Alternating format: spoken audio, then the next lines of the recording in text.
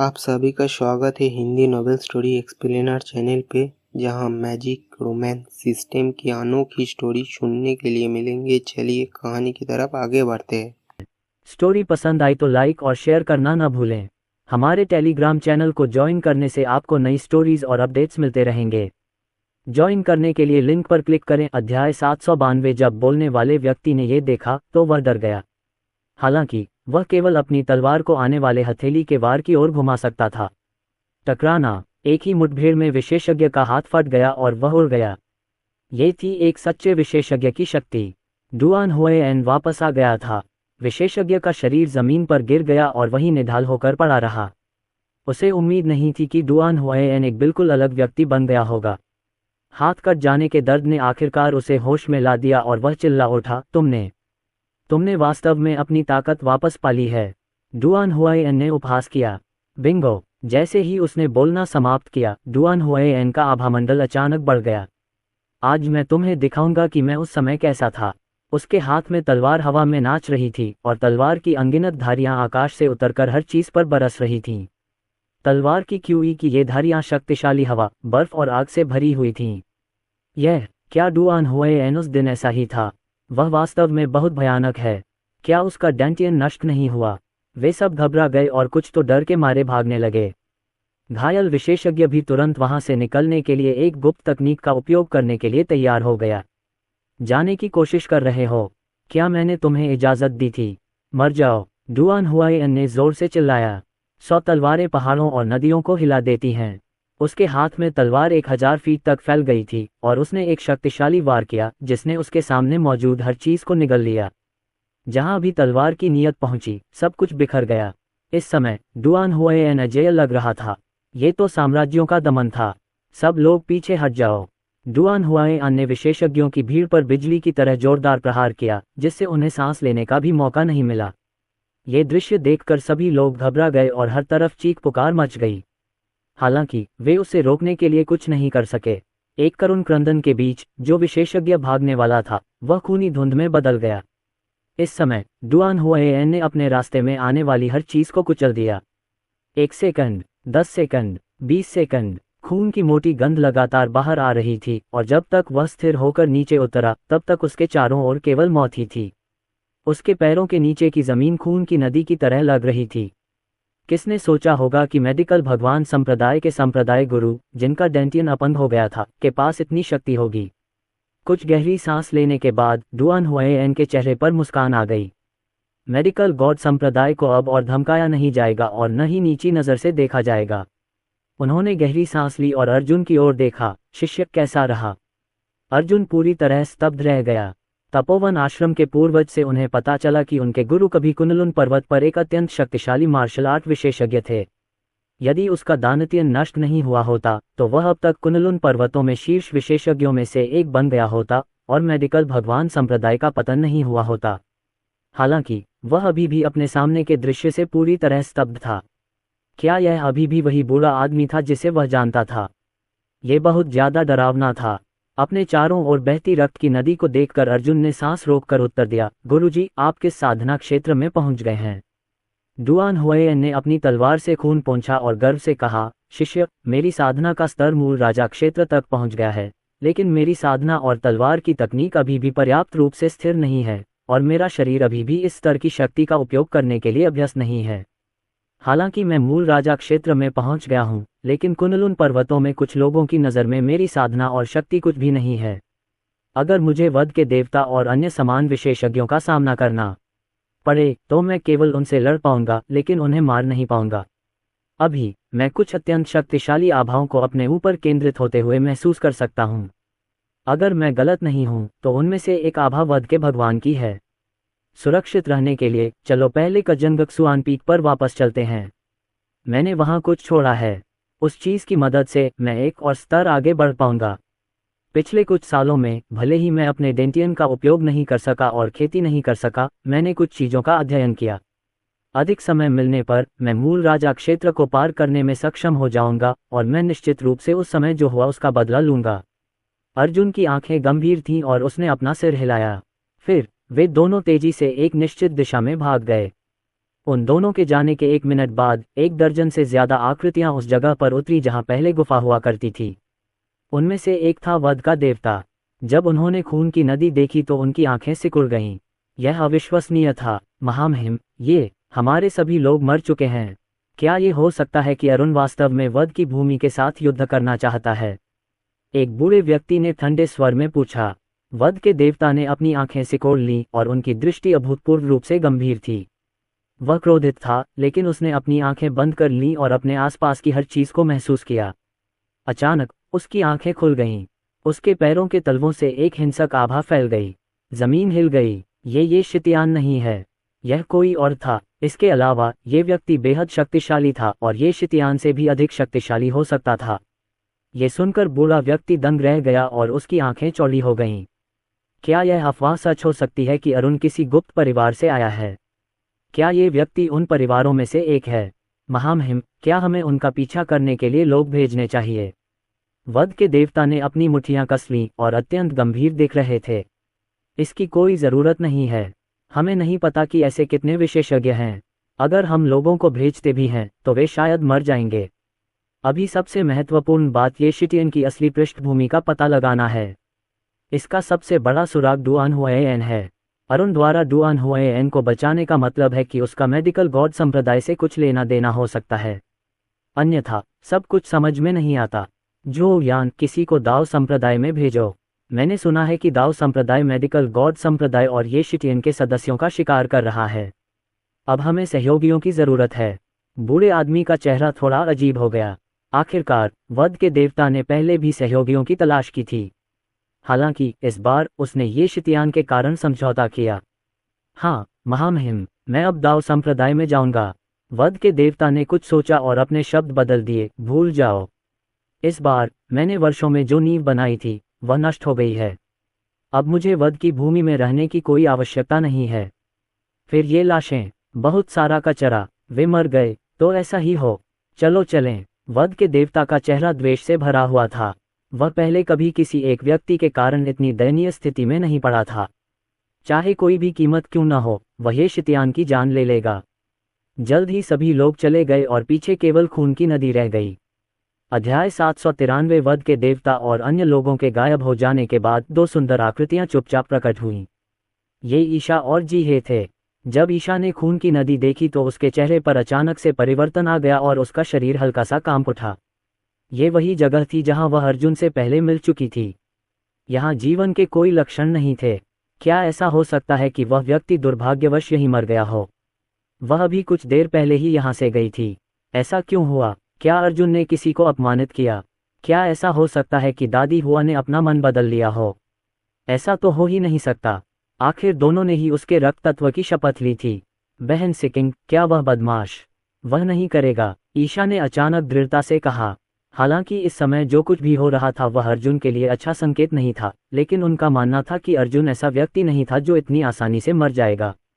भले ही यहाँ कोई महान युद्ध हुआ हो, लेकिन इसका यह अर्थ नहीं है कि अर्जुन की मृत्यु यहीं हुई थी। ये पता लगाने के लिए कि अर्जुन जीवित है या मरा, उसने अपनी उंगलियों से एक हाथ की मुहर बनाई और रक्तसार की एक बूंद बाहर निकाली।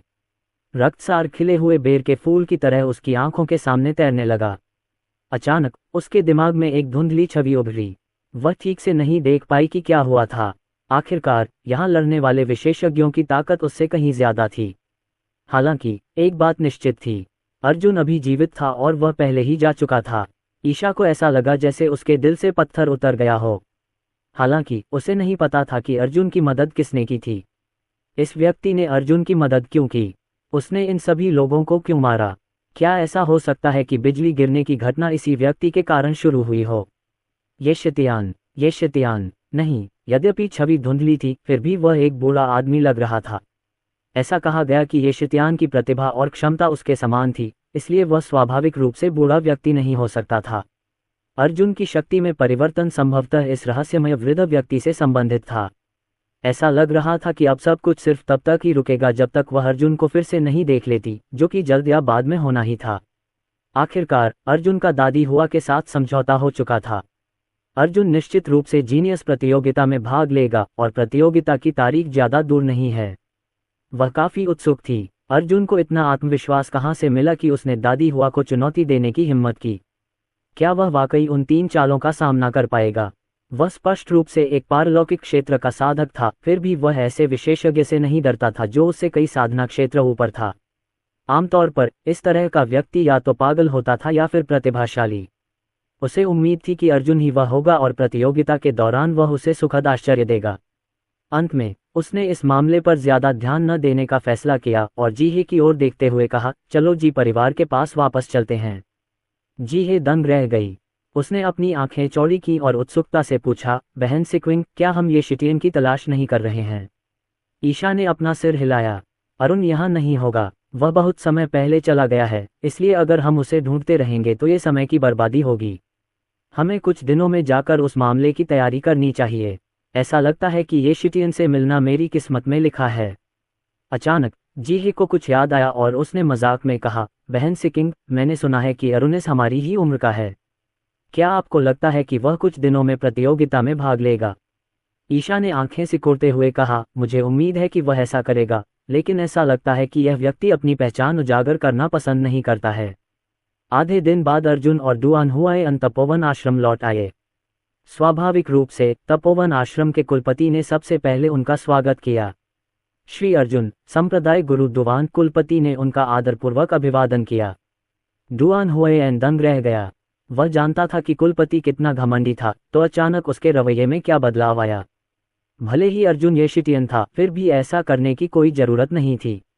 उन्होंने अर्जुन की ओर अर्थपूर्ण दृष्टि से देखा, किंतु आगे कुछ नहीं पूछा।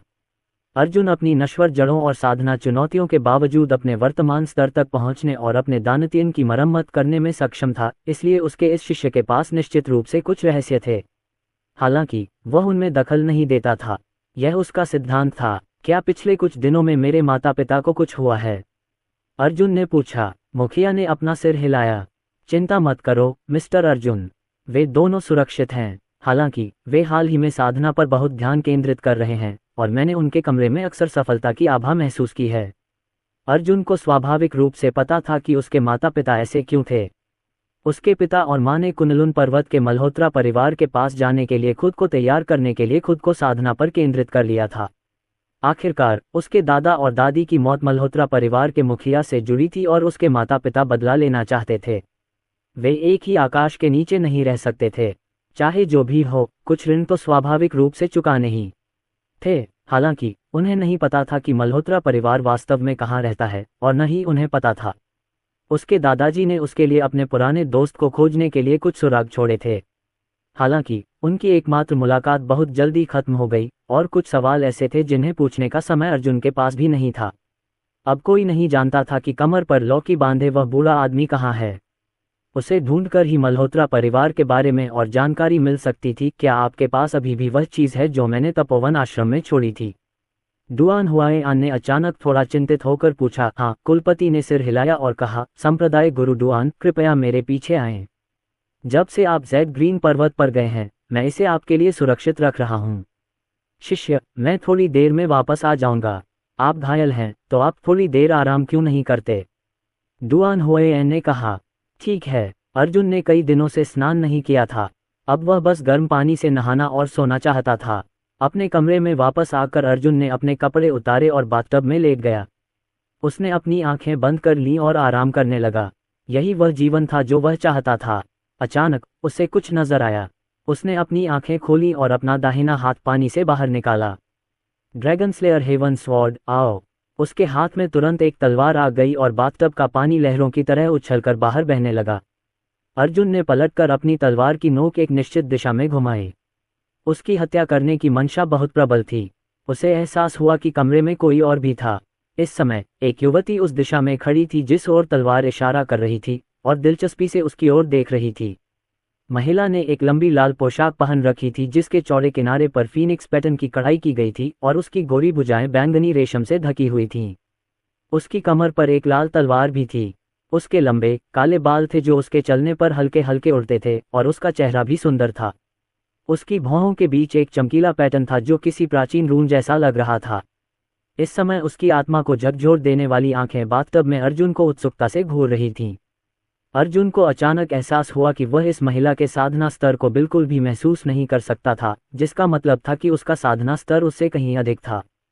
सबसे महत्वपूर्ण बात यह है कि वह चुपचाप यहाँ आई थी। क्या ये संभव है कि वह हत्यारी हो? इस स्तर के हत्यारे को कौन किराए पर रख सकता है? जैसे ही अर्जुन कुछ करने वाला था, वह महिला आकर्षक ढंग से मुस्कुराई। वह एक परी की तरह थी जो नश्वर दुनिया से संबंधित नहीं थी। तुम संसार कब्रिस्तान के मालिक हो। तुम कुछ खास नहीं लगते। ये सुनते ही अर्जुन का सिर सुन्न हो गया और उसे अचानक कुछ याद आया। उसने ईशा द्वारा दिए गए 9 रहस्यमय पत्थरों को तोड़ दिया था, जिससे संसार कब्रिस्तान में एक कब्र का पत्थर सक्रिय हो जाना चाहिए था। बाद में, क्योंकि डुआन हुएन एकांत से बाहर आ गया था, उसने संसार कब्रिस्तान पर ध्यान नहीं दिया था।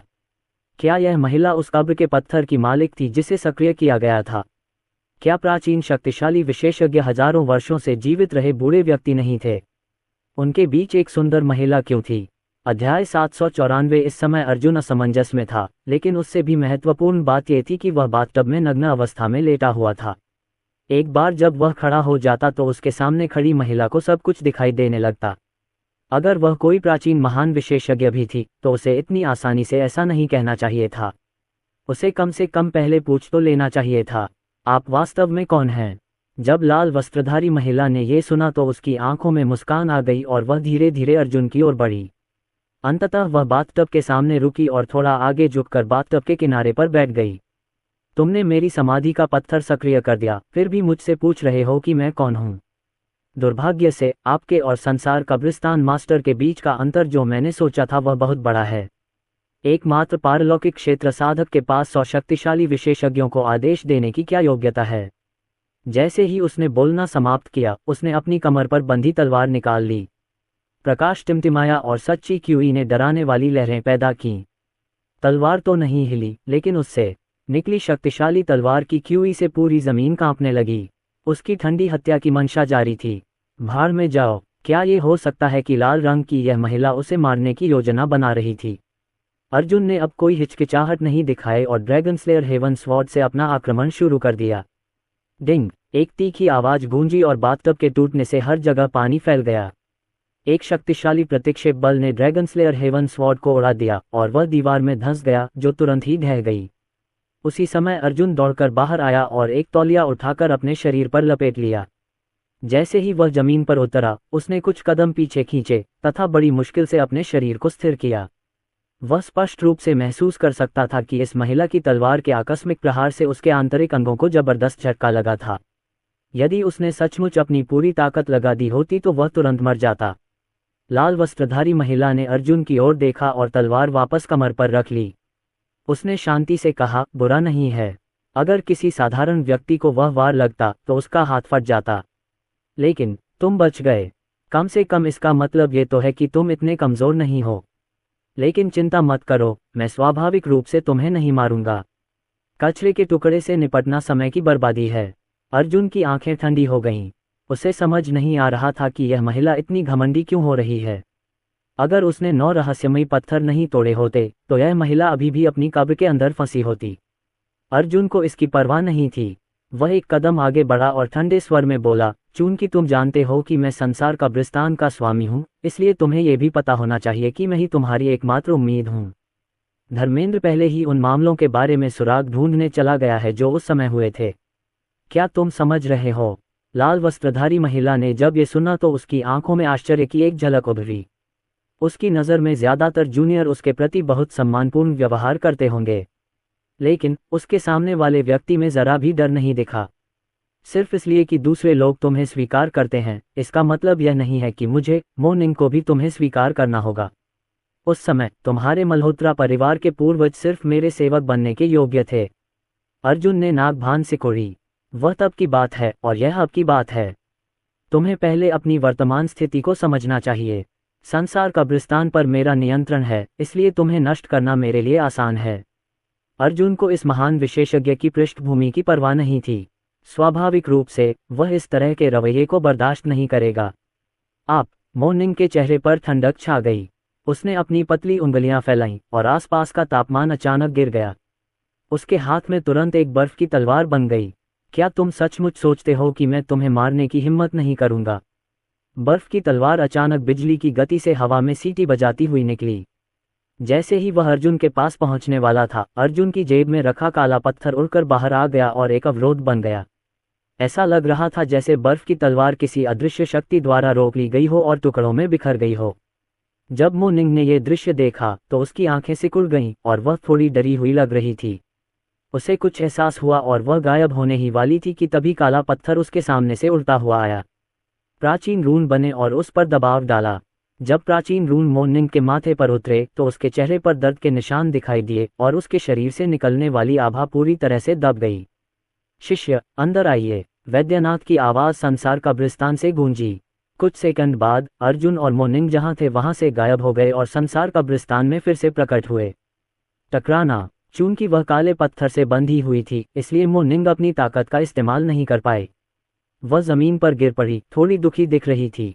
जैसे ही वह खड़ी होने वाली थी, उसे एहसास हुआ कि अर्जुन पहले ही उसके सामने आ चुका है और ऊपर से उसे देख रहा है। अब क्या आप मानते हैं कि मैं संसार शमशान का स्वामी हूँ? अर्जुन ने शांति से पूछा। काले पत्थर ने स्पष्ट रूप से उसकी रक्षा के लिए कार्रवाई की थी, जिसका मतलब था कि संसार कब्रिस्तान ने मोनिंग के कार्यों को अनुचित माना, इसीलिए उसे दबा दिया गया। मोनिंग ने डर के मारे काले पत्थर को देखा और बिना कुछ कहे अपना सिर दूसरी ओर घुमा लिया। उसकी ताकत काले पत्थर से पूरी तरह से बाधित हो गई थी। अगर उसने फिर से कोई अजीबोगरीब हरकत की तो वह वास्तव में मर सकती थी। अर्जुन नीचे बैठ गया और अपनी उंगलियों से मोनिंग की ठोड़ी पकड़ ली। आपने अभी भी मेरे प्रश्न का उत्तर नहीं दिया है। तो क्या हुआ अगर वह एक प्राचीन शक्तिशाली विशेषज्ञ थी?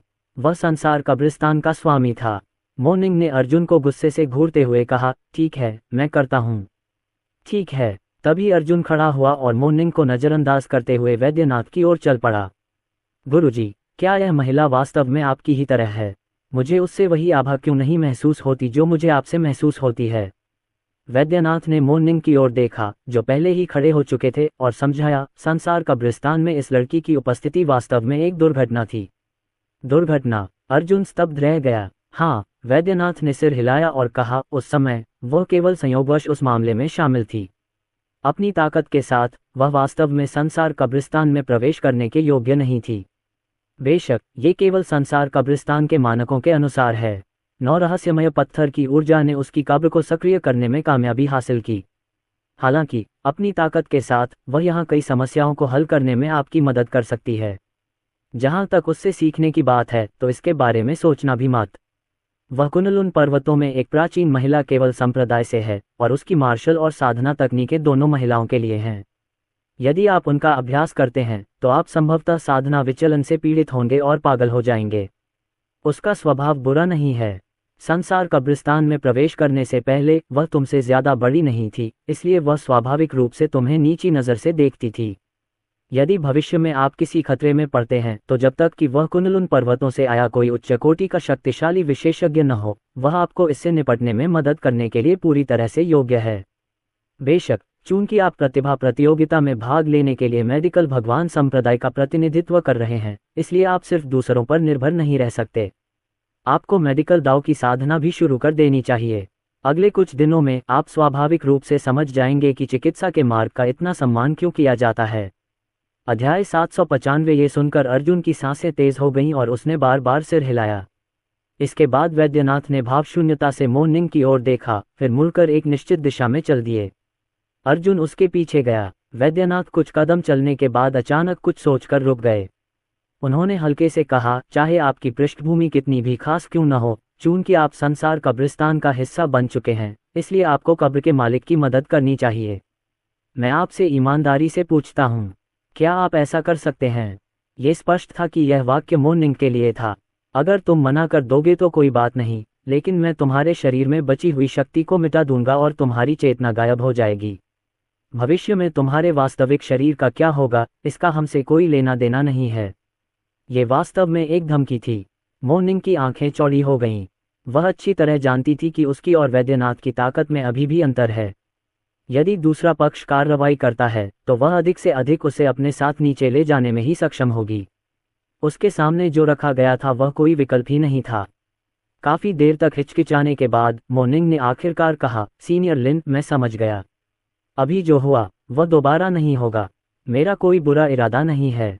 उसने समझौता कर लिया। वैद्यनाथ ने सिर हिलाया। ठीक है, आपको बस ये याद रखना है कि कब्र के मालिक का अस्तित्व ही हमारे लिए चीज़ों को बदलने का एकमात्र मौका है। आपको उसे हर कीमत पर जीवित रखना होगा, या इससे भी बेहतर, उसे और भी मजबूत बनाना होगा। यह आपके और हमारे लिए ही अच्छा होगा। हाँ, सीनियर लेन। इसके बाद वैद्यनाथ अर्जुन को एक खुली जगह पर ले गए और उसके हाथ उसकी पीठ के पीछे रख दिए। शिष्य, तुमने मेरे ज्ञान का कुछ हिस्सा समझ लिया है। क्या तुम जानते हो कि मेडिकल दाव में वास्तव में शक्तिशाली चीज़ क्या है? अर्जुन ने चांदी की सुई निकाली। मास्टर, ये चांदी की सुई सबसे शक्तिशाली मेडिकल दाव कौशल है जिसे मैं अब प्राप्त कर सकता हूँ, इसलिए मेरा मानना है कि चांदी की सुई मेडिकल दाव में सबसे शक्तिशाली चीज़ है। वैद्यनाथ ने अपना सिर हिलाया। उनकी बांह की हल्की सी लहर के साथ ही हवा का एक तेज झोंका पूरे संसार कब्रिस्तान में बवंडर की तरह बह गया। अचानक उसने अपनी उंगलियों से एक मुहर बनाए और अत्यंत अजीब तरीके से कदम उठाने लगा। हर कदम पर उनके दाव का निशान था। जहां भी उसके पैर की उंगलियां जमीन पर पड़ती, जमीन टूट जाती। जब 10 कदम रुक गए तो वैद्यनाथ ने अचानक अपना सिर उठाया और अपनी उंगलियों से एक मुहर बना दी। उसके चारों ओर की हिंसक शक्ति ने वास्तव में अंतरिक्ष को हिला दिया और ऐसा लगा जैसे अंतरिक्ष में एक छेद हो गया हो। छेद के भीतर से अनगिनत चांदी की सुइयां प्रकट हुईं। मेडिकल दाव का सबसे शक्तिशाली हिस्सा दाव ही है।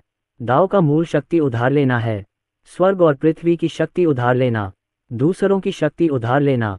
दुश्मन जितना मजबूत होगा, आप उतने ही मजबूत होंगे। आज मैं आपको मेडिकल दाव का सर्वोच्च सार सिखाऊंगा, देवताओं को हराने के लिए शक्ति उधार लेना। Gods breaker. ऐसा लग रहा था जैसे जमीन में प्रवाहित होने वाली शक्ति पूरी तरह से अवशोषित हो गई हो और हवा में मौजूद आध्यात्मिक ऊर्जा भी एक हमले में संघनित हो गई हो। ये तो स्वर्ग विरोधी था। धमाका। गॉड्स ब्रेकर की शक्ति के कारण संसार कब्रिस्तान के ऊपर का पूरा आकाश ऐसा लग रहा था मानो प्रलय आ गया हो। वैद्यनाथ के आसपास की जमीन पर चौंकाने वाले निशान दिखाई दिए। ऐसा लग रहा था जैसे कोई आसमान से जमीन पर तलवारों से लगातार वार कर रहा हो, संसार कब्रिस्तान को नष्ट करने की कोशिश कर रहा हो। इसकी हिंसक शक्ति सब कुछ नष्ट करने की धमकी दे रही थी। अर्जुन को लगा कि अनगिनत चांदी की सुइयां जमीन की ओर बढ़ रही हैं। वह उन्हें रोकने की कोशिश करना चाहता था, इसलिए उसने रक्त ड्रैगन की शक्ति और अपने जीवन रून का एक साथ इस्तेमाल किया। बिजली में लिपटा एक रक्त ड्रैगन उसके शरीर से बाहर निकला और चांदी की सुइयों से बुरी तरह टकराया। हालांकि ये शक्तिशाली था, लेकिन वैद्यनाथ के गॉड्स ब्रेकर द्वारा इसे तुरंत परास्त कर दिया गया। टकराना। अर्जुन का शरीर उड़ गया और उसने मुंह में खून थूक दिया। किसने सोचा होगा कि इस हमले में इतनी विनाशकारी शक्ति होगी। इसके अलावा हमला उस पर लक्षित भी नहीं था और सिर्फ प्रभाव से उत्पन्न शॉकवेव ने उसे उड़ा दिया था। जब वह खड़ा होने वाला था तो उसने एक हाथ देखा। ये वैद्यनाथ था। शिष्य, क्या आप मेडिकल दाव की शक्ति महसूस कर सकते हैं? अर्जुन ने सिर हिलाया और अपने मुंह के कोने से खून पोंछा। गुरु, हालांकि यह चाल बहुत शक्तिशाली है, यह आपके साधना स्तर पर आधारित है। हो सकता है कि मैं इसका उपयोग न कर पाऊं। वैद्यनाथ ने अपनी दाढ़ी पर हाथ फेरा और मुस्कुराए। शिष्य, तुमने गलत समझा है। अगर मैं कहूं कि मैं सिर्फ संत क्षेत्र साधक की शक्ति का उपयोग कर रहा हूं, तो क्या तुम मेरी बात पर विश्वास करोगे? गॉड्स ब्रेकर का सबसे शक्तिशाली पहलू शक्ति उधार लेना है। वातावरण जितना अधिक शत्रुतापूर्ण होगा, आपका सामना जितना शक्तिशाली दुश्मन से होगा, वह उतना ही शक्तिशाली होगा। यदि आप एक साधारण संत राजा क्षेत्र साधक का सामना कर रहे हैं, तो आप शायद इसका उपयोग भी नहीं कर पाएंगे। मैंने तुम्हें ये चाल पहले से इसलिए सिखाई थी क्योंकि मैं तुम्हारे सामने मौजूद दुश्मनों के खतरे पर विचार कर रहा था। ठीक है, अब मैं अपनी साधना को मूल क्षेत्र तक बढ़ाऊंगा। आप किसी अन्य तकनीक का उपयोग नहीं कर सकते हैं और मेरा विरोध करने के लिए केवल गॉड्स ब्रेकर पर भरोसा कर सकते हैं। जैसे ही वैद्यनाथ ने बोलना समाप्त किया, उन्होंने अर्जुन के माथे पर अपनी उंगली रखी और अर्जुन के मन में सूचनाओं की एक धारा उमड़ पड़ी। यद्यपि यह अस्पष्ट और समझने में कठिन था, फिर भी अर्जुन को अंततः इसकी सामान्य समझ प्राप्त हो गई। फिर, इससे पहले कि वह इसे पूरी तरह से पचा पाता, वैद्यनाथ ने अपनी चाल चली, एक हथेली का प्रहार किया जो आसपास की आध्यात्मिक ऊर्जा की शक्ति से भरा हुआ था। इस हमले की ताकत मूल क्षेत्र तक पहुंच गई थी। ये देखकर कि हथेली का प्रहार जमीन पर उतरने वाला था, अर्जुन ने अवचेतन रूप से ड्रैगन स्लेयर हेवन तलवार को खींचने की कोशिश की, लेकिन फिर हथेली का प्रहार अचानक तेज हो गया और उसे मारा। उसका शरीर उड़ गया और उसे अपनी हड्डियों में दर्द महसूस हुआ। मैंने तुमसे कहा था, है न? तुम कोई और तकनीक इस्तेमाल नहीं कर सकते, तलवार या खूनी ड्रैगन भी नहीं। अगर अगली बार ऐसा हुआ तो मैं पीछे नहीं हटूंगा। अर्जुन का शरीर बार बार उड़ रहा था। वह लंबे समय से रक्त ड्रैगन और जीवन रून की शक्ति का आदी था, इसलिए उसके लिए केवल गॉड्सब्रेका पर निर्भर रहना अप्राकृतिक लग रहा था। वह बार बार घायल होता, लेकिन हर बार वह मरने के कगार पर होता। वैद्यनाथ उसे बार बार होश में लाते। धीरे धीरे अर्जुन ने देवभंजक तकनीक का एक हिस्सा समझ लिया और अब वह हर बार इतनी दयनीय स्थिति में नहीं पहुंचता था। अर्जुन को जितना अधिक समझ में आया, उतना ही अधिक उसे समझ में आया कि देवभंजक कितना भयानक था। ये मेडिकल दाव तकनीक लगभग निषिद्ध तकनीक की तरह लगती थी। इसका अस्तित्व नहीं होना चाहिए था, फिर भी वैद्यनाथ ने इसे बनाया और इसमें महारत हासिल की। अंततः उन्हें समझ में आ गया कि क्यों और कैसे वैद्यनाथ ने अकेले ही कुनलुन पर्वतों में अनगिनत मार्शल आर्ट संप्रदायों का दमन किया था। गॉड्सब्रेका निश्चित रूप से इसकी कुंजी थी। उसी समय कुनलुन पर्वत में दाओ संप्रदाय दरवाजा कसकर बंद था। वध के देवता और अन्य लोग नीचे उतरे और द्वार के बाहर घंटी बजाई, फिर भी दाओ संप्रदाय से कोई भी अतिथियों का स्वागत करने के लिए बाहर नहीं आया। वध के देवता ने भौहें सिकोड़ी। ये बहुत ही अतार्किक था। कुनलुन पर्वतों में दाओ संप्रदाय को एक प्रमुख संप्रदाय माना जाता था। उनके आगमन पर किसी की नज़र कैसे नहीं पड़ी? क्या ऐसा हो सकता है कि दाओ संप्रदाय ने पहले ही अपना स्थान बदल लिया हो? किसी ने उत्सुकता से पूछा, महामहिम, क्या हो रहा है? क्या दाओ संप्रदाय को कुछ हो गया है? वध के देवता ने अपना सिर हिलाया और गेट की ओर चले गए। उनकी हथेली गेट को छू गई और उन्होंने अपनी आंखें बंद कर लीं। अचानक एक बहुत ही शक्तिशाली बल ने उसे मारा और उसने मुंह में खून थूक दिया तथा 10 कदम से अधिक पीछे हट गया। चरमराहट। एक धमाके के साथ पहले से सील किया हुआ गेट अचानक खुल गया। एक बूढ़ा आदमी बाहर आया। वह दाओ संप्रदाय का बुजुर्ग था। दाओ संप्रदाय के बुजुर्ग ने उस व्यक्ति की ओर देखा जो अभी अभी आया था। उसका चेहरा शत्रुता से भरा हुआ था। आप कौन हैं? दाओ संप्रदाय 10 दिनों के लिए बंद है। चाहे कुछ भी हो, कृपया 10 दिन बाद वापस आएं। अध्याय 796। वध के स्वामी ने अशिष्टता दिखाने की हिम्मत नहीं की। वह एक कदम आगे बढ़ा और अपने हाथों को मोड़ते हुए बोला, वरिष्ठ, मैं वध की भूमि से आया हूं और मुझे दाओ संप्रदाय के संप्रदाय गुरु से कुछ चर्चा करनी है। वध की भूमि शब्द सुनते ही बुजुर्ग की आंखें सिकुड़ गईं। संप्रदाय के गुरु एकांतवास में हैं। अगर कोई बात हो तो सीधे मुझे बता देना। वध के देवता ने सिर हिलाया और कहा, हे शितयान, तुम कौन हो? बुजुर्ग ने अपनी हत्या की मंशा जाहिर की। अगर वध के देवता ने कोई अजीब हरकत की तो वह उसे बिना किसी दया के मार डालेगा। वध के देवता ने जल्दी से समझाया, बड़े, सच कहूं तो मैं वध का देवता हूं। मैं वध की भूमि पर शासन करता हूं, लेकिन मुझे उम्मीद नहीं थी कि अरुण तो अचानक मेरे क्षेत्र में उतर आएगा, मेरी नींव को नष्ट कर देगा और मेरे अधीनस्थों को मार देगा। अब जब मेरे पास कुछ जानकारी है तो मुझे पता है कि मेरे दुश्मन का दुश्मन मेरा दोस्त है। मैं यहाँ दाओ संप्रदाय के साथ गठबंधन करने आया हूँ। बोलते समय उसने एक पहचान चिन्ह वाला जेड पेंडेंट निकाला। बुजुर्ग ने वध के देवता की पहचान की पुष्टि की और ठंडे स्वर में कहा, ऐसी स्थिति में मेरे पीछे आओ। कुछ ही देर बाद वध के देवता को एक हॉल में ले जाया गया। हॉल में केवल एक काले वस्त्र पहने बूढ़ा व्यक्ति था जो दाओ संप्रदाय का संप्रदाय गुरु था। हालांकि संप्रदाय गुरु गंभीर रूप से घायल हो गया क्योंकि अर्जुन ने प्राचीन बुरी मुहर तोड़ दी थी। संप्रदाय गुरु, कोई ये शितयान के बारे में कुछ जानकारी देने को तैयार है? जब उसने बोलना समाप्त किया तो बुजुर्ग और बाकी लोग पीछे हट गए और केवल वध का देवता ही संप्रदाय प्रमुख के साथ पीछे रह गया। वध के देवता ने अपना सिर उठाया। जब उसने संप्रदाय के गुरु को देखा तो उसके चेहरे पर एक अजीब सी मुस्कान आ गई।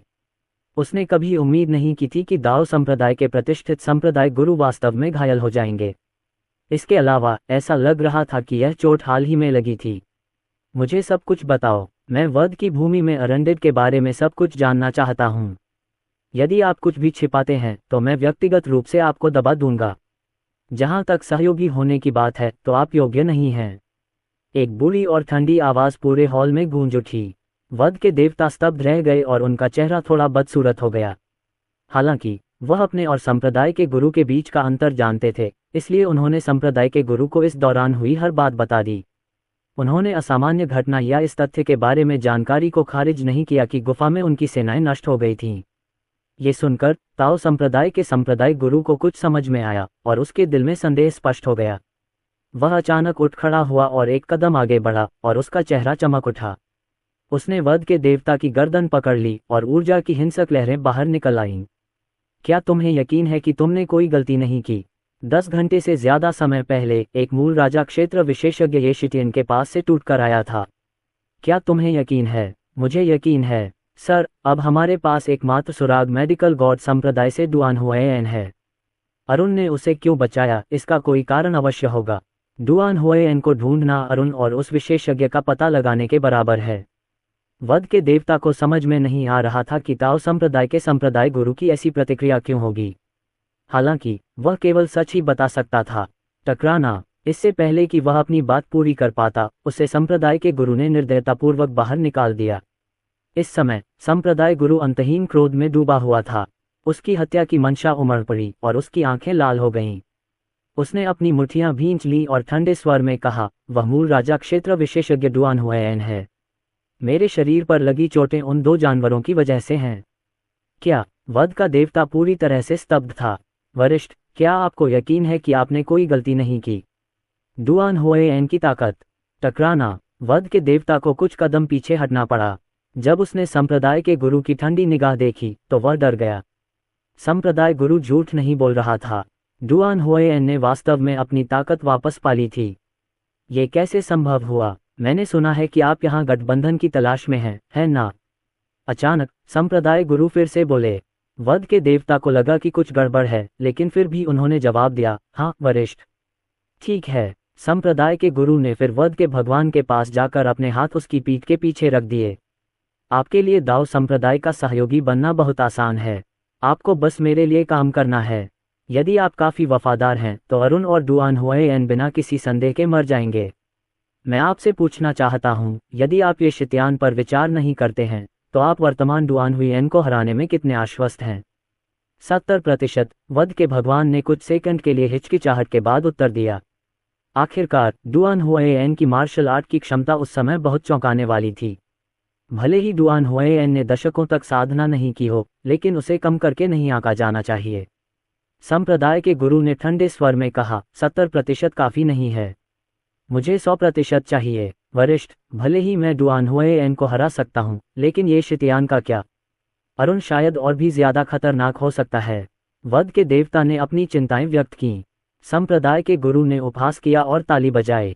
तुरंत 3 युवक अंधेरे से लगभग चुपचाप प्रकट हुए। उनकी आंखें खाली और ठंडी थीं। हालांकि वध के देवता को इन 3 लोगों से भयानक आभा का आभास हो रहा था। अचानक उसे कुछ पता चला। ये तीनों वास्तव में मूल राजा क्षेत्र विशेषज्ञ थे। इससे भी महत्वपूर्ण बात यह थी कि उनकी आभा पूरी तरह से अलग थी। बर्फ, बिजली, आग, इन 3 लोगों ने उससे यह एहसास दिलाया कि वे एक ही व्यक्ति हैं, लेकिन उन्होंने 3 अलग अलग प्रकार की शक्तियों में महारत हासिल कर ली है। यदि ये तीनों उस पर हमला करते तो बहुत संभावना थी कि वह मर जाएगा। क्या ये हो सकता है कि ये दाओ संप्रदाय का रहस्य था? प्रतिभाशाली साधकों का रूपांतरण। वे तीनों संप्रदाय के गुरु के सामने पहुंचे और घुटने टेक दिए। नमस्कार गुरुजी। संप्रदाय के गुरु ने सिर हिलाया और वध के देवता की ओर दिलचस्पी से देखा। इन तीनों को दाओ संप्रदाय के तुरुप के पत्तों में से एक माना जा सकता है। यदि आप उन्हें समीकरण में जोड़ते हैं तो क्या आपको जीत का आश्वासन दिया जाता है? हाँ सीनियर। वध के देवता ने उग्रता से सिर हिलाया। संप्रदाय गुरु बहुत संतुष्ट हुए और मंच पर अपने सिंहासन पर वापस बैठ गए। चूंकि तुम्हें अपनी जीत का भरोसा है तो मुझे अपनी वफादारी दिखाओ। अपना रक्त तत्व मुझे अर्पित करो और मेरे सेवक बन जाओ। जब वध के देवता ने यह सुना तो उसकी अभिव्यक्ति में भारी परिवर्तन आया। संप्रदाय के स्वामी का सेवक बनने के लिए अपना रक्त सार अर्पित करना, वह वध की भूमि का शासक दूसरों के द्वारा कैसे नियंत्रित किया जा सकता था? वरिष्ठ, क्या आप बहुत आगे नहीं जा रहे हैं? मैं यहाँ गठबंधन करने आया हूँ, आपका नौकर बनने नहीं। अगर ऐसा है तो मैं बस विदा ले सकता हूँ। हालांकि जैसे ही वह जाने वाला था उसने महसूस किया कि 3 युवकों ने पहले ही उसका रास्ता रोक लिया था और ठंडी हवा की लहरें छोड़ रहे थे, जिससे उसका दम लगभग घुट गया। उसके हृदय में भय की भावना व्याप्त हो गई। वध के देवता ने पलटकर ठंडे स्वर में पूछा, वरिष्ठ आपका इससे क्या मतलब है? संप्रदाय के गुरु ने खड़े होकर दिलचस्पी से कहा, जो कोई भी मेरे ताओ संप्रदाय के रहस्यों को जानता है उसके पास इस मामले में कोई विकल्प नहीं है। आप वही हैं। बेशक अगर आप विरोध करना चाहते हैं तो कर सकते हैं, लेकिन आपको उन तीनों को हराना होगा। वध के देवता का चेहरा पीला पड़ गया। इस समय उसके पास कोई विकल्प नहीं था। उसे यहाँ नहीं आना चाहिए था। इन 3 कठपुतली जैसे विशेषज्ञों के सामने वह केवल समर्पण ही कर सकता था। कुछ ही सेकंड बाद उसने रक्तसार की एक बूंद बाहर निकाली और संप्रदाय के गुरु ने उसे अपने हाथ में ले लिया। बहुत बढ़िया। चूंकि सब कुछ पक्का हो गया है तो आप इन 3 लोगों को अपने साथ ला सकते हैं। अब कुछ कचरा साफ करने का समय आ गया है। महामहिम, अरुण और दुवान हुएन के ठिकाने के बारे में संप्रदाय के गुरु ने आंखें सिकोड़कर उदासीनता से कहा, वे 2 लोग तपोवन आश्रम में छिपे हुए हैं। क्या वे सचमुच सोचते हैं कि मृत वैद्यनाथ उनकी रक्षा कर सकते हैं?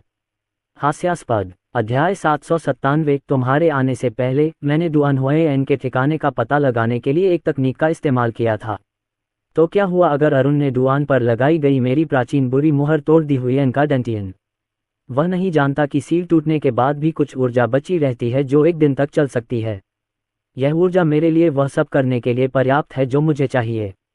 संप्रदाय गुरु ठंडी हंसी हंसा। वह अपने तुरुप के पत्ते का उपयोग नहीं करना चाहता था, लेकिन अरुण और दुआन हुएन का अस्तित्व दाओ संप्रदाय के भाग्य को खतरे में डाल देगा। चाहे कुछ भी हो, उन दोनों को मरना ही था। हालांकि उनका एकमात्र संदेह ये था कि अरुण कैसे और क्यों इसमें शामिल हो गया था।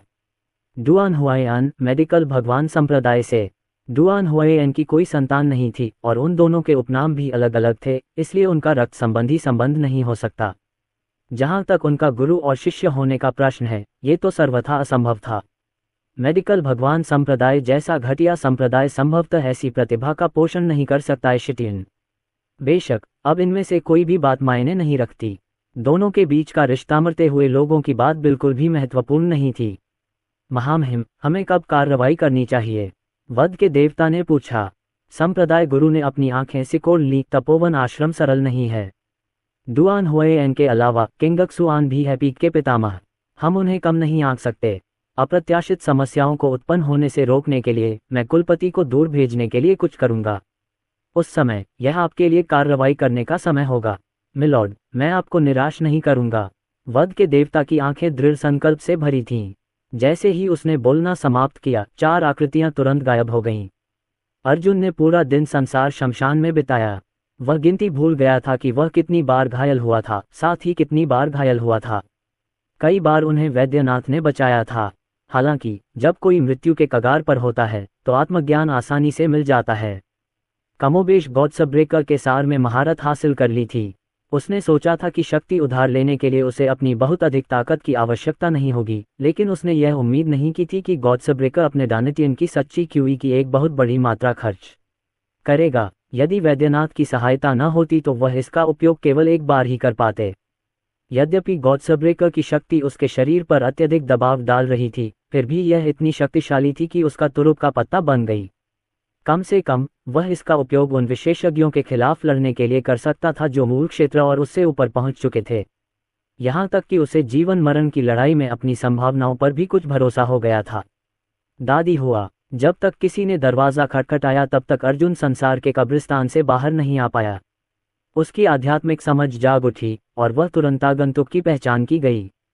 उसकी उंगली के हल्के से इशारे से दरवाज़ा खुल गया। छोटे चेन, तुम आखिरकार वापस आ गए। वैसे क्या तुम्हें मेरी याद आई? दरवाजे पर खड़ी सान्या की आंखें खुशी और उत्साह से भरी हुई थीं। अर्जुन खड़ा हो गया। एक सेकंड बाद उसे एहसास हुआ कि सान्या पहले ही आ चुकी है।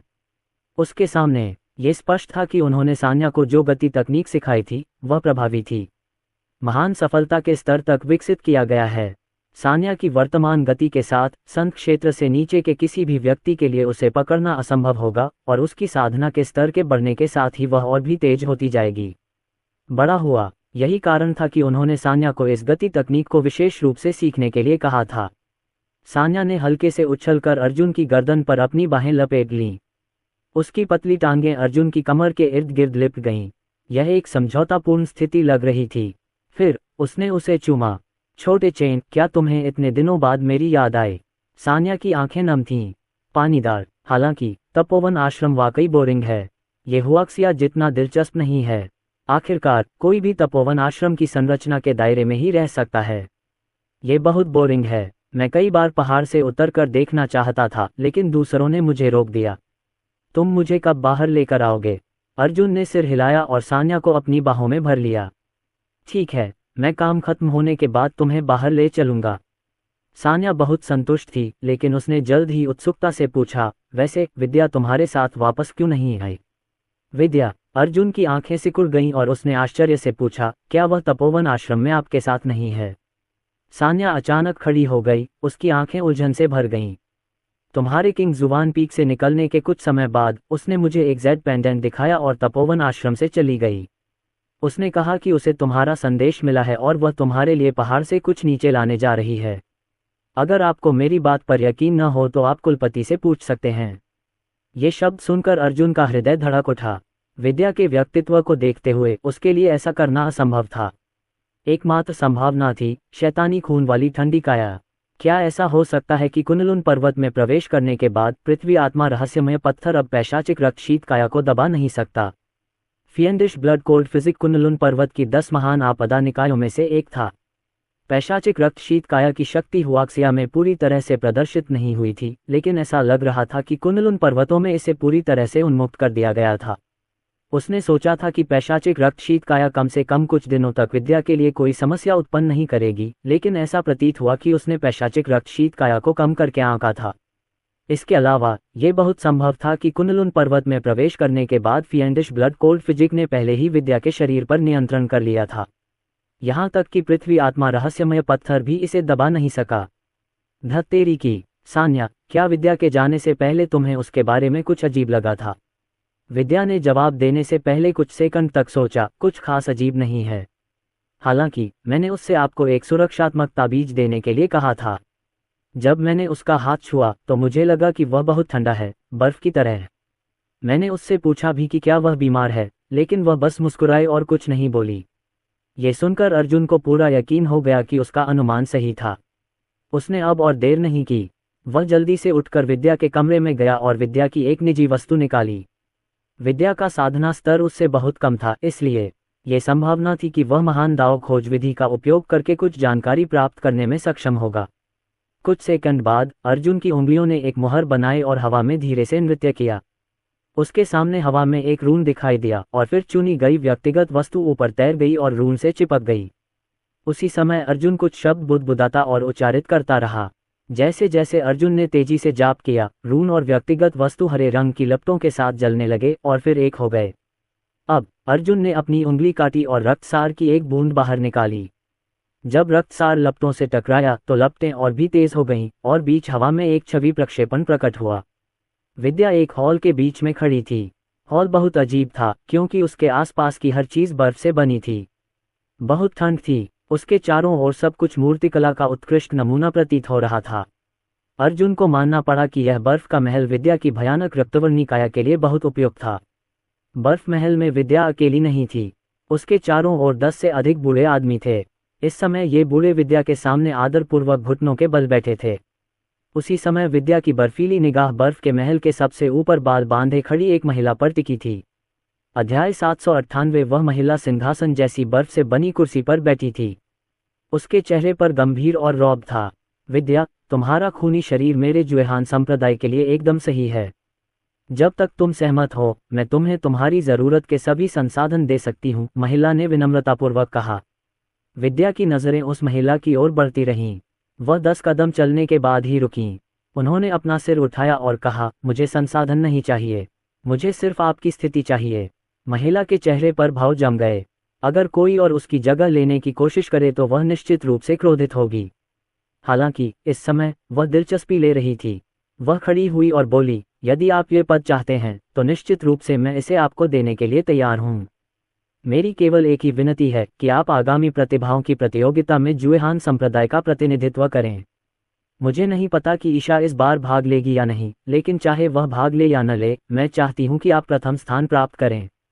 इससे पहले मैं आपको सफलता पाने में मदद करने के लिए सभी आवश्यक संसाधन देने को तैयार हूँ। विद्या ने मुंह बिचकाया और बर्फ के सिंहासन पर बैठ गई। उसने महिला की प्रतिक्रिया को अनदेखा किया और बैठ गई। भीड़ में नजर घुमाते हुए उसकी आंखें ठंडी हो गईं और उसने उदासीनता से कहा, हालांकि मैं नहीं जानती कि ईशा कौन है, लेकिन जो भी मेरे रास्ते में आएगा मैं उसे खत्म कर दूंगी। मुझे पहला स्थान चाहिए और मुझे ये पद चाहिए। इसके बाद छवि प्रक्षेपण फीका पड़ गया। अर्जुन को यह आशा नहीं थी कि विद्या जुएहान संप्रदाय में चली जाएगी। इसके अलावा ऐसा नहीं लगता था कि विद्या की चेतना को पैशाचिक रक्त शीत काया द्वारा नियंत्रित किया जा रहा था। ऐसा लगा जैसे विद्या ने स्वयं ही यह काम करने की पहल की हो। विद्या जीनियस प्रतियोगिता में क्यों शामिल होना चाहती थी और वह जुएहान संप्रदाय को क्यों नियंत्रित करना चाहती थी? जब अर्जुन इस विषय पर विचार कर रहा था तभी एक ठंडी आवाज गूंजी। फिएंडिश ब्लड कोल्ड फिजिक को पहले स्थान पर सील नहीं किया जाना चाहिए था। वह बर्फ की विशेषता के लिए पैदा हुई थी और वह खेती के लिए पैदा हुई थी। प्राचीन काल से सभी फिएंडिश ब्लड कोल्ड फिजिक होस्ट ने अनुभव किया है कि अभी क्या हो रहा है। अब ऐसा लगता है कि मुख्य निकाय और फिएंडिश ब्लड कोल्ड फिजिक ने किसी तरह का अनुबंध किया है।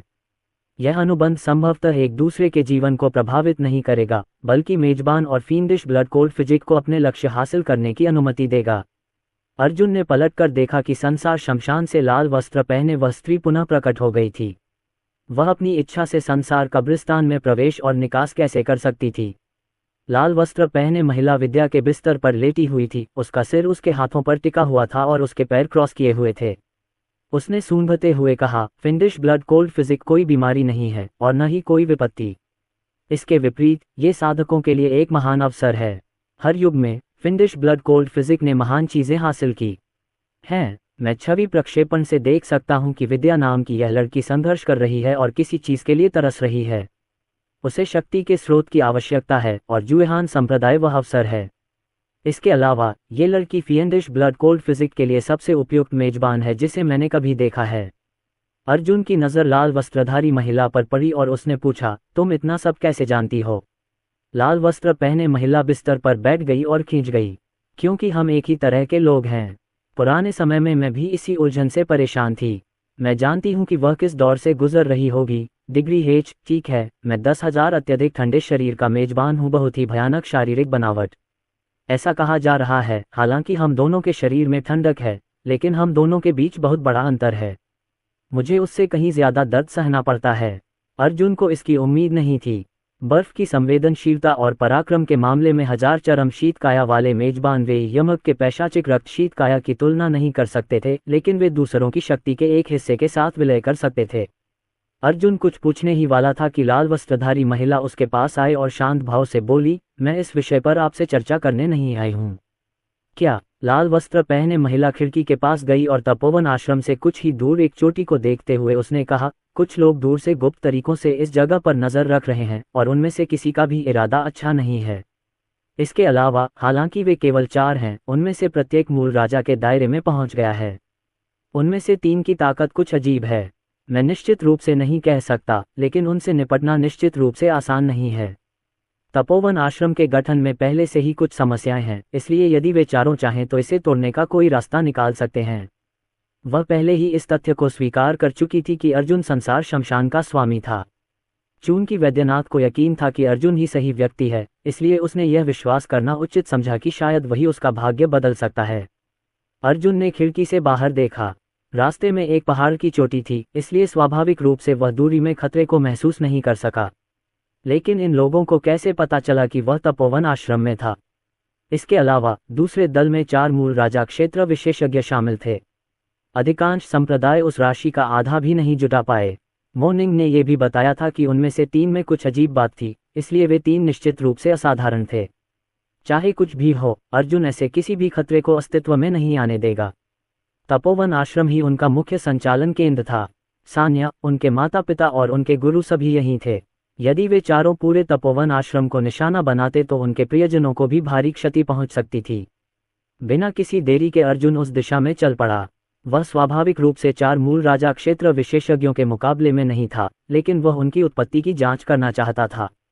आखिरकार लड़ाई लड़ते समय हर जानकारी मायने रखती है। रात काफी हो चुकी थी और अलाव जोर जोर से जल रहा था। 4 आकृतियां पैर मोड़कर बैठी थीं और उनकी लपटें उनके चेहरों पर प्रतिबिंबित हो रही थीं। उनमें से एक स्वाभाविक रूप से वध का देवता था। उनके सिरों के ऊपर एक काली धुंध तैर रही थी, जो संप्रदाय के गुरु द्वारा लगाई गई प्राचीन बुरी मुहर के अवशेष थे। इसका उपयोग करके वे हजारों मील दूर से तपोवन आश्रम के प्रवेश द्वार पर होने वाली हर घटना का निरीक्षण कर सकते थे। अचानक ताओ संप्रदाय के एक युवक ने अपनी आंखें खोलीं। उसकी आंखों में बर्फीली चमक चमक उठी और वह ध्यान से काली धुंध को देखने लगा। फिर उसने मुंह खोलकर कहा, कोई बाहर आया है। ऐसा लगता है कि यह कम साधना स्तर वाला एक युवक है। वध के देवता ने अपनी आंखें खोली और काली धुंध पर नजर डाली। तपोवन आश्रम में लोगों का आना जाना आम बात है। अभी अभी तपोवन आश्रम के कुछ शिष्य पहाड़ से नीचे उतरे।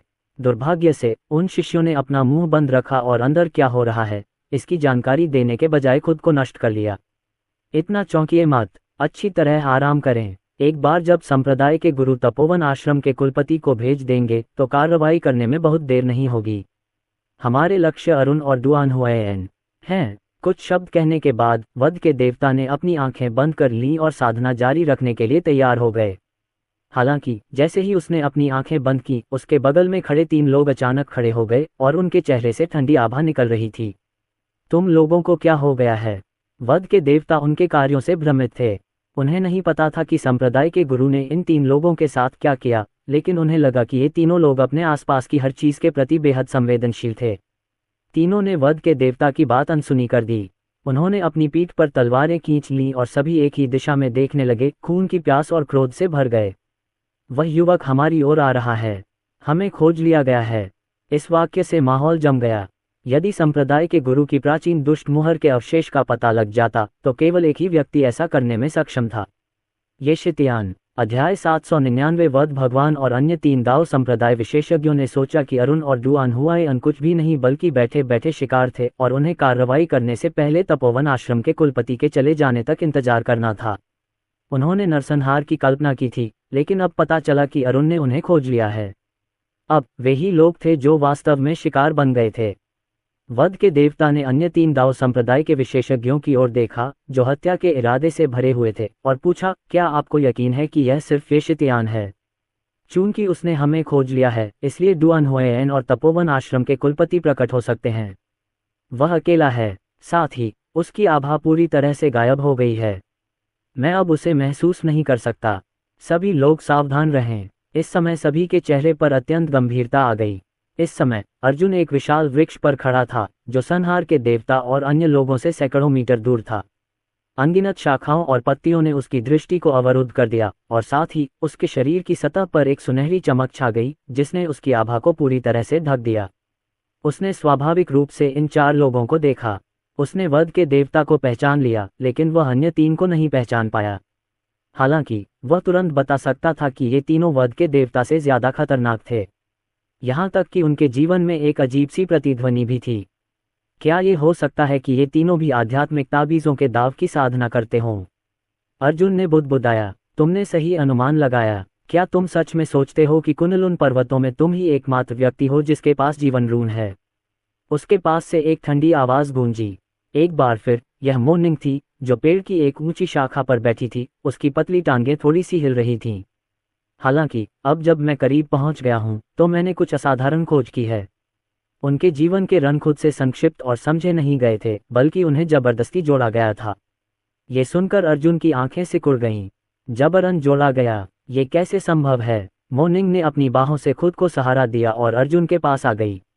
उसने अपनी बाहें पार की और कहा, इन 3 लोगों के जीवन रूनों के गुण बर्फ, बिजली और आग हैं। कुनलुन पर्वतों में यह अजीब नहीं है, लेकिन उनके जीवन रून असामान्य रूप से शुद्ध हैं। क्या आपको उनकी आभा के बारे में कुछ भी अजीब नहीं लगा? उनके जीवन के रन अभी भी छिपे हुए हैं, इसलिए यह अभी भी एक अनुमान है, लेकिन ऐसा लगता है कि जो कोई भी इसके पीछे है उसके पास असाधारण साधन हैं।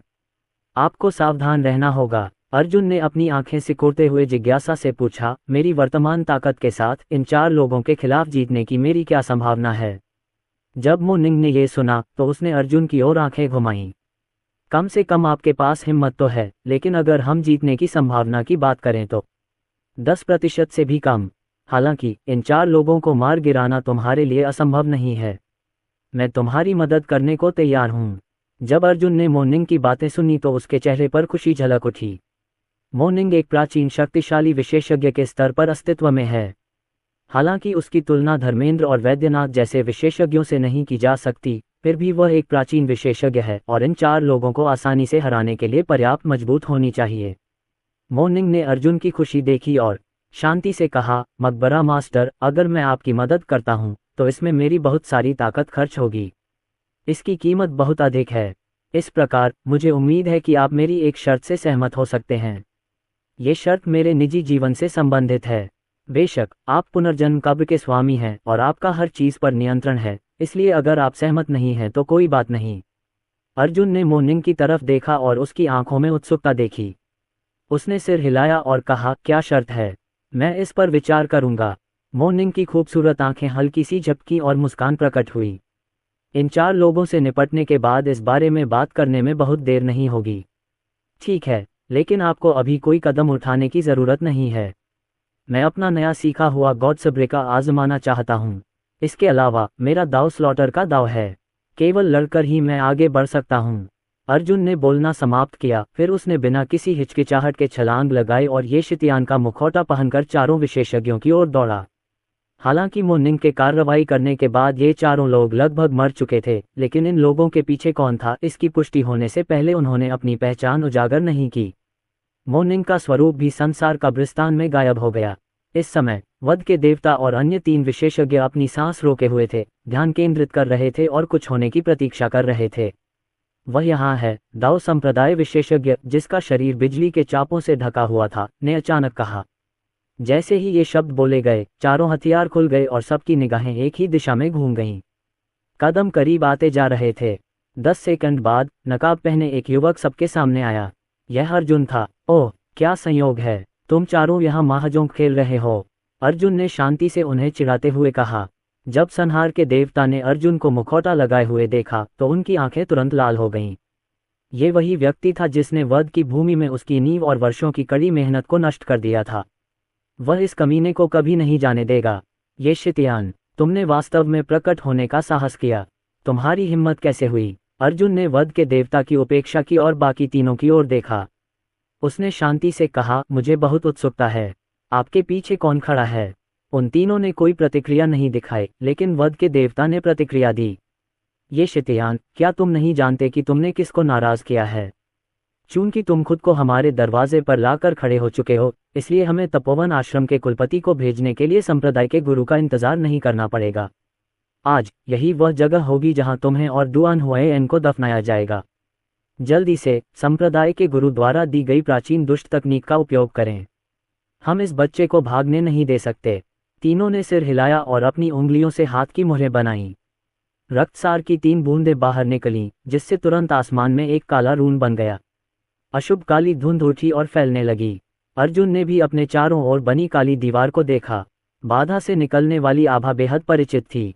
ये बिल्कुल वैसी ही थी जैसी प्राचीन दुष्ट तकनीक थी जिसने डुआन हुएन के डेंटियन को सील कर दिया था। दाओ संप्रदाय। सब कुछ पता चलने के बाद अर्जुन की आंखें ठंडी हो गईं। ऐसा लग रहा था कि अपने मालिक के दांतियन की सील तोड़कर उसकी पोल खुल गई है। यद्यपि दाओ संप्रदाय के सांप्रदायिक गुरु को इस प्रतिक्रिया से चोट पहुंची थी, लेकिन इससे दाओ संप्रदाय के गुरु की उसे मार डालने की इच्छा पूरी तरह से भड़क उठी थी। और ये 4 लोग ही थे जिन्हें उसने ये कार्य पूरा करने के लिए भेजा था। इस समय अवरोध एक पिंजरे की तरह था और अर्जुन एक फंसे हुए जानवर की तरह था। वध के देवता के मुंह के कोनों में एक भयावह मुस्कान उभर आई। ये शिटियन, अब कोई भी तुम्हारी मदद नहीं कर सकता। मैंने सुना है कि तुम्हारी ताकत बहुत ज्यादा है। आज मैं तुम्हें दिखा दूं कि तुम कितने कमजोर हो। क्या तुम चाहते हो कि मैं तुम्हें व्यक्तिगत रूप से मार डालूं, या तुम घुटने टेक कर अपनी साधना को अपंग बनाना चाहते हो? वध के देवता को पूरा भरोसा था। चाहे अरुण कितना भी शक्तिशाली क्यों न हो, वह उन चारों का मुकाबला नहीं कर सकता था। यह एक ऐसा जाल था जो विशेष रूप से उसे मारने के लिए तैयार किया गया था और वह बिना किसी हिचकिचाहट के इसमें फंस गया था। ये बहुत आसान था। अर्जुन ने एक कदम आगे बढ़कर ड्रैगन स्लेयर हेवन स्वॉर्ड को बाहर निकाला। उसने अपनी स्थिति को ठीक किया और तलवार को वध के देवता की ओर तानते हुए शांति से कहा, क्या होगा अगर मैं मरना नहीं चाहता? तुम मरना नहीं चाहते? वध के देवता ने ठंडी हंसी में कहा, यह तुम्हारे बस की बात नहीं है। चिंता मत करो, मैं तुम्हें इतनी आसानी से मरने नहीं दूंगा। मैं तुम्हारी हर उंगली तोड़ दूंगा, तुम्हारे डेंटियन को नष्ट कर दूंगा और तुम्हारा खून बूंद बूंद करके सुखा दूंगा। अध्याय 800। मैं तुम्हें समझाऊंगा कि असली वध क्या है। मूर्ख! अर्जुन ने केवल एक शब्द कहा, लेकिन इससे संहार के देवता क्रोधित हो गए। ये बच्चा बहुत घमंडी था, उसे सबक सिखाना जरूरी था। वध के देवता ने अब और संकोच नहीं किया। उसकी आकृति तुरंत ही गायब हो गई और उसके शरीर से शक्तिशाली रक्त ऊर्जा फूट पड़ी। पलक झपकते ही वह अर्जुन के सामने प्रकट हो गए।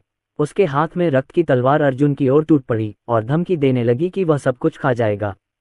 जवाब में अर्जुन चिल्लाया, रक्त ड्रैगन, बाहर आओ। रक्त ड्रैगन उसके शरीर से बाहर निकला। अपने तीखे पंजे और नुकीले दांत दिखाते हुए उसने रक्त तलवार को अपने चारों ओर लपेट लिया, जिससे उसकी गति धीमी हो गई। उसके बाद अर्जुन की आकृति चमक उठी और उसने वार को चकमा दे दिया। उसी समय उन्होंने तलवार चलाने की कला को अंजाम देने के लिए आसपास की आध्यात्मिक ऊर्जा का उपयोग किया। ज़ुबान-ई तलवार, लिन कजन गक्सुआन ने उसे कुछ समय पहले ही ये तलवार तकनीक सिखाई थी, क्योंकि तलवार तकनीक भी मेडिकल दाव का हिस्सा थी। ज़ुबान-ई तलवार तकनीक की गति इसका सबसे मजबूत पहलू थी, और अगर इसका उपयोग गॉड्सब्रेकर के साथ किया जाता तो यह विशेष रूप से प्रभावी होती। अर्जुन का शरीर ऊर्जा से भर गया था। उसके कपड़े हवा में लहरा रहे थे और उसकी आभा अलौकिक थी। स्वूश! उसकी तलवार हवा में फट गई और फिर एक विस्फोट हुआ, क्योंकि रक्त तलवार और ड्रैगन स्लेयर हेवन तलवार आपस में टकरा गईं। चिंगारी आंवनी! आश्चर्य की बात है कि रक्त तलवार अवरुद्ध थी। हालांकि यद्यपि वह हमले को रोकने में कामयाब रहा, फिर भी अर्जुन को कुछ कदम पीछे हटना पड़ा, क्योंकि ताकत में अंतर बहुत अधिक था। जबकि वध के देवता अभी भी सदमे में थे, अर्जुन ने अपनी कलाई को झटका और अपनी तलवार को फिर से घुमाया। स्वर्ग और पृथ्वी की आध्यात्मिक ऊर्जा ड्रैगन स्लेयर स्वर्ग तलवार के भीतर एकत्रित हुई। एक शक्तिशाली तलवार की आभा भड़क उठी, जिससे वध के देवता को होश आ गया। उसने ये शिटियन को कम आंकने की हिम्मत नहीं की। हवा खून की गंध से भरी हुई थी। छोटे कमीने, देखते हैं कि तुम इस हमले को रोक सकते हो या नहीं।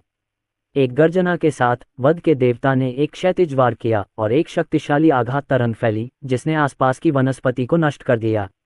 अर्जुन ने जल्दी से ड्रैगन स्लेयर हेवन स्वॉर्ड को अपने सामने रखा और उसे ढाल की तरह इस्तेमाल किया। शक्तिशाली प्रभाव ने उसकी भुजाओं और आंतरिक अंगों तक शक्ति की लहरें भेजीं। उसका रक्त तूफान पर था और उसके शरीर को पीछे धकेलने के कारण उसके पैरों के निशान जमीन पर पड़ गए। वध के देवता गर्व से मुस्कुराए। अरुण उतना शक्तिशाली नहीं था जितना कि अफवाहों में कहा गया था, इसलिए उसने अपना फायदा उठाया और अर्जुन पर एक क्रूर हथेली का प्रहार किया। उसी समय वध के देवता की तलवार टूट गई और अनगिनत तीखे टुकड़ों में बदल गई, जो हथेली के प्रहार से चिपक गए और उसे टुकड़े टुकड़े कर देने की धमकी देने लगे। उन्हें पूरा विश्वास था कि इस हमले से युद्ध खत्म हो जाएगा। ये शितियान की तो बात ही छोड़िए, यहाँ तक कि डुआन हुएन भी अपने चरम पर इस हमले को रोकने में सक्षम नहीं हो सकता। टकराना! अर्जुन के चेहरे पर भाव बदल गए और वह एक कदम पीछे हट गया।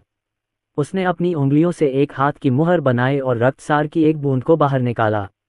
उसके सामने तुरंत एक अवरोध खड़ा हो गया। उसी समय रक्त ड्रैगन आकाश से उतरा और उसने भी हमले को रोक दिया। हथेली का प्रहार इतना शक्तिशाली था कि अर्जुन का अवरोध वहीं टूट गया। यहाँ तक कि रक्त ड्रैगन भी उसे रोक नहीं सका। कुछ रक्त तलवार के टुकड़े अर्जुन के शरीर में घुस गए। अर्जुन ने अपने शरीर के महत्वपूर्ण हिस्सों के पास लगे हुए टुकड़ों को चकमा देकर बचा लिया, लेकिन उसके हाथ और पैर खून से लथपथ हो गए। यह एक चौंकाने वाला दृश्य था। फिर खून से लथपथ हथेली अर्जुन के शरीर पर लगी, जिससे उसने मुंह में खून थूक दिया और उसका शरीर 5-6 विशाल वृक्षों से टकराकर अंततः रुक गया। ये दृश्य देखकर वध के देवता का उत्साह चरम पर था। उसने अपने पीछे खड़े 3 विशेषज्ञों से कहा, ऐसा लगता है कि संप्रदाय का गुरु ये शितियान को बहुत ज्यादा आंक रहा था। मैं अकेला ही उसे मारने के लिए काफी हूँ। मैंने सोचा था कि अरुण उतना ही शानदार है जितना कि अफवाहें बताई जा रही थीं, लेकिन वह कुछ खास नहीं है। बकवास! ऐसा कहकर भगवान श्री कृष्ण धीरे धीरे अर्जुन की ओर बढ़े। उसका दाहिना हाथ ऊपर उठा और उसके हाथ में एक भाला दिखाई दिया। ये शिटियन, क्या तुमने कभी निराशा महसूस की है? तुम कुनलुन पर्वतों में कई संप्रदायों के दुष्स्वप्न हो, लेकिन आज मैं तुम्हारा दुष्स्वप्न बन जाऊंगा।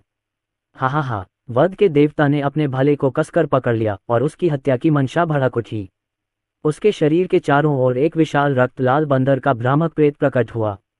वह भाला जो उसने पकड़ा हुआ था, उसका जीवन हथियार था और वह एक राक्षसी पशु के रक्त से शुद्ध किया गया था।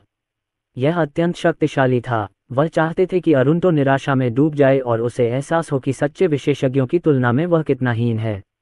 विशालकाय रक्त लाल वानर दहाड़ने लगा और हवा को चीरते हुए उसने भाले की मंशा प्रकट की। ये देखकर अर्जुन की आंखें सिकुड़ गईं। उस विशालकाय रक्त लाल वानर प्रेत से उसे जो दबाव महसूस हुआ, वह दमनकारी और दम्भोंतु था। क्या यह मूल राजा क्षेत्र साधक की सच्ची ताकत है? एक क्षण के लिए तो उसे सचमुच डर लगा। अचानक संसार कब्रिस्तान से एक ठंडी आवाज गूंजी, क्या आपको मेरी कार्रवाई की आवश्यकता है? अर्जुन ने सिर हिलाकर दृढ़ता से कहा, इसकी कोई आवश्यकता नहीं है। फिर वह पीछे नहीं हटा। इसके बजाय वह एक कदम आगे बढ़ा। उसके कदम बहुत अजीब थे। जब वह वध के देवता से 10 मीटर से भी कम दूरी पर था, तो वह अचानक रुक गया और अपनी आंखें बंद कर लीं। वध के देवता अचंभित रह गए। उन्हें समझ में नहीं आया कि अरुण ने ऐसा क्यों किया। क्या उसने हार मान ली थी? जब वह ये सोच रहा था, अचानक अर्जुन की आंखें खुल गईं, ठंडी चमक के साथ। उसकी आभा लोगों को समर्पण करने के लिए मजबूर कर रही थी। उसी समय उसके शरीर से एक वीरान आभा निकली और उसका शरीर जमीन और उसके आसपास की हवा से शक्ति अवशोषित करने लगा। इससे भी अधिक विचित्र बात यह थी कि वध के देवता ने पाया कि उनकी शक्ति भी अवशोषित की जा रही थी। उसकी शक्ति अनायास ही उसके शरीर से बाहर निकल रही थी। ये है, वह समझ गया कि कुछ गड़बड़ है और उसने अपना भाला वापस खींचना चाहा, लेकिन तभी एक चौंकाने वाली दहाड़ गूंजी। गॉड्स ब्रेकर, धमाका, पूरा आसमान अंधकार में हो गया और अर्जुन के आसपास की जमीन पर चौंकाने वाले निशान दिखाई देने लगे। शक्तिशाली रक्त लाल विशालकाय वानर का मायावी प्रेत अचानक गायब हो गया तथा प्रकाश के कणों में बदल गया जो अर्जुन के शरीर में घुस गए। वध का देवता पूरी तरह से स्तब्ध रह गया। क्या उसका सबसे शक्तिशाली आक्रमण इतनी आसानी से पराजित हो गया? ये कैसे संभव हुआ? उसने इस चाल से अनगिनत विशेषज्ञों को मार डाला था और उनमें से कोई भी उसे रोक नहीं सका। लेकिन अरुण ने कुछ नहीं किया था। उसने सिर्फ कुछ शब्द कहे थे, फिर भी वह इतना दबंग था। उसने युवक की ओर ऐसे देखा जैसे उसने कोई भूत देख लिया हो। अर्जुन ने एक रक्तिम मुस्कान प्रकट की जिससे उसका हृदय कठोर हो गया। उसने खतरे को भांप लिया और जल्दी से अपने पीछे खड़े 3 विशेषज्ञों से कहा, जल्दी करो और हमला करो। इससे पहले कि वह अपनी बात पूरी कर पाता, अर्जुन के शरीर से एक अत्यंत भयानक शक्ति फूट पड़ी और ऊर्जा की तरंगें बाहर निकल गईं। टकराना। इससे पहले कि वध के देवता कुछ प्रतिक्रिया कर पाते, आघात तरंगें उनके शरीर में घुस गईं। उन्होंने मुंह से खून थूका और उनका शरीर उड़ गया। किसने सोचा होगा कि इस हमले में इतनी विनाशकारी शक्ति होगी? इससे भी महत्वपूर्ण बात यह है कि उसे एहसास हुआ कि इस हमले की ताकत लगभग उसके हमले के बराबर ही थी। ऐसा लग रहा था जैसे अरुण ने किसी तकनीक के माध्यम से उनके हमले का प्रतिकार किया हो। ऐसी तकनीक कैसे अस्तित्व में आ सकती है? खंड 9 अध्याय 801। उसका शरीर बेरहमी से जमीन पर गिर गया और दाओ संप्रदाय के 3 विशेषज्ञों के पैरों के पास जा गिरा। उसके शरीर की ज्यादातर हड्डियां टूटी हुई लग रही थीं। दर्द खत्म नहीं हो रहा था और वह मुंह से खून थूक रहा था। इस समय अर्जुन की तबीयत भी ठीक नहीं थी। ये पहली बार था जब उसने बाहरी दुनिया में गॉड्स ब्रेकर का इस्तेमाल किया था। हालांकि यह शक्तिशाली था, लेकिन उसके डेंटियन में मौजूद असली क्यूई लगभग पूरी तरह से समाप्त हो चुकी थी और उसका शरीर भी अत्यधिक परिश्रम के बिंदु पर पहुंच रहा था। उसकी भुजाएं लगभग पूरी तरह से सुन्न हो चुकी थीं। गॉड्स ब्रेकर के प्रयोग से उसका शरीर लगभग अधिकतम भार सहन कर सकता था। फिर भी वह अदृश्य दबाव की आभा बिखेरते हुए धीरे धीरे वध के देवता की ओर चला। इस समय वध के देवता की आंखें भय से भर गईं। अब चींटी कौन है? अर्जुन ने शांति से पूछा। दाओ संप्रदाय के 3 विशेषज्ञ वध के देवता की रक्षा के लिए उसके सामने खड़े हो गए तथा उसे आशा प्रदान की। उसका डर खत्म हो गया। ये शिटियन, अगर मैं गलत नहीं हूं तो अभी अभी जो हमला हुआ है उसमें तुम्हारी सारी सच्ची क्यूई खत्म हो जानी चाहिए थी। अब तुम क्या करने जा रही हो? मुझे शायद आपको ये बताना चाहिए कि दाओ संप्रदाय के इन 3 लोगों में से कोई भी मुझसे ज्यादा ताकतवर हैं। हाँ, आज मैं नहीं मरूंगा बल्कि तुम मरोगे। अर्जुन अचानक मुस्कुराया। उसकी नज़र 3 दाओ संप्रदाय के विशेषज्ञों पर पड़ी। मैं तुम तीनों को एक मौका दूंगा। अपनी साधना को अपंग बनाओ और मेरे सामने घुटने टेको और मैं तुम्हें शीघ्र मृत्युदंड देने पर विचार करूंगा। जब वध के देवता और अन्य तीनों ने ये गूढ़ शब्द सुने तो उनके भाव पूरी तरह बदल गए।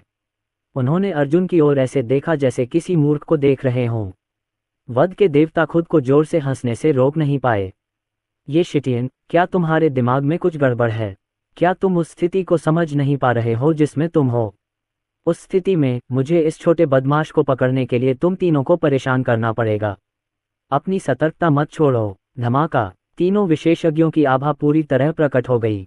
उनमें से एक तो हजारों साल पुरानी बर्फ की तरह था और उसके चारों ओर बर्फ के टुकड़े और हिमखंड फैले हुए थे। उनमें से एक अन्य को आग की लपटों ने घेर लिया और उसने अर्जुन के हृदय पर तलवार से भयंकर वार किया।